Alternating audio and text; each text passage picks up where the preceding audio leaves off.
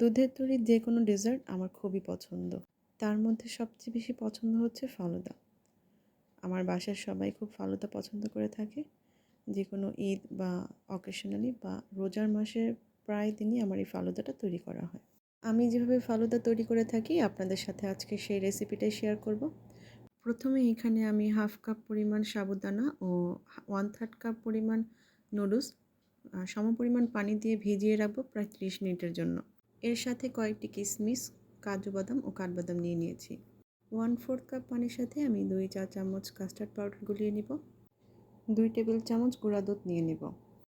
একটি পাত্রে আমি 1 লিটার দুধ জাল করে নিয়েছি এবং এর মধ্যে আমি যে সাবুদানা, নুডলস ও কিশমিশ, বাদাম কুচি করে রেখেছিলাম সেগুলো একসাথে ঢেলে দিয়ে অনবরত নেড়ে নেব।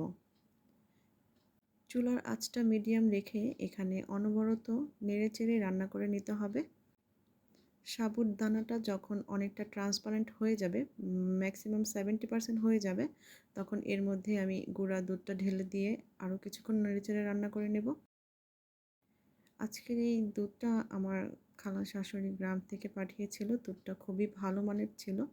ঢাকা থেকে আসলে আমরা যে ফার্মের দুধটা কিনে নিয়ে আসি সেটা অনেকটাই পাতলা থাকে, বাট এই দুধটা খুবই ঘন হয়ে গিয়েছিল অল্পতেই। সাবুদানা ও নুডলসটা যখন প্রায় সেদ্ধ হয়ে গেছে তখন এর মধ্যে আমি 3 টেবিল চামচ চিনি দিয়ে দিয়েছি। এখানে মিষ্টিটা আসলে যে যার মতো করে দিলেই ভালো। আমি একটু মিষ্টি কম খাই তাই কমই দিয়েছি।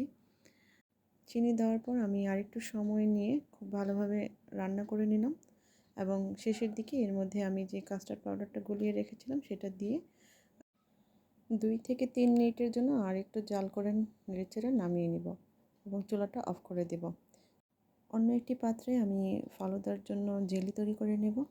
1 কাপ পানি নিয়ে সামান্য পরিমাণ রেডমেনের জেল ফুড কালার, 2 টেবিল চামচ চিনি, আধা চা চামচের মতো আগার আগার পাউডার দিয়ে ভালোভাবে মিশিয়ে নিব। তারপর চুলাটা জ্বালিয়ে দিয়ে 2 থেকে 3 মিনিটের জন্য মিডিয়াম আঁচে রান্না করে নেব।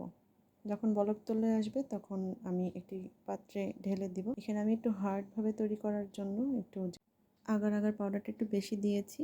একটু হার্ড না হলে যখন আপনি ফালুদাতে জেলিগুলো দিবেন তখন এর থেকে কালার ছেড়ে দিবে, তখন দেখতে খুব একটা ভালো লাগে না। একটি সার্ভিং ডিশে আমি সম্পূর্ণ ফালুদার মিশ্রণটি ঢেলে দিয়েছি। এখানে কিছু ফল, আপেল, আঙ্গুর, আনার কেটে নিয়েছিলাম। এখন এগুলো আমি সব ফালুদার মিশ্রণের উপরে দিয়ে দিয়েছি। এই ফালুদার সম্পূর্ণটা ঠান্ডা হওয়ার পরে আমি ফ্রুটসগুলো উপর থেকে দিয়েছিলাম এবং এর উপরেও কিছু জেলো বা জেলি দিয়ে সাজিয়ে নিলাম। যখন সবাইকে আমি আলাদা আলাদা করে সার্ভ করব তখন এর উপরে আমি আইসক্রিমটাও দিয়ে দিব। যেহেতু আইসক্রিমটা মেল্ট হয়ে যাবে তাই আগে আগে আমি এর উপরে দিইনি। ফালুদার এই সহজ রেসিপিটা যদি আজকে আপনাদের ভালো লেগে থাকে তাহলে আমার পেজটাকে একটা ফলো দিয়ে লাইক, কমেন্ট ও শেয়ার করে দিবেন। সবাই ভালো থাকবেন। আসসালামু আলাইকুম।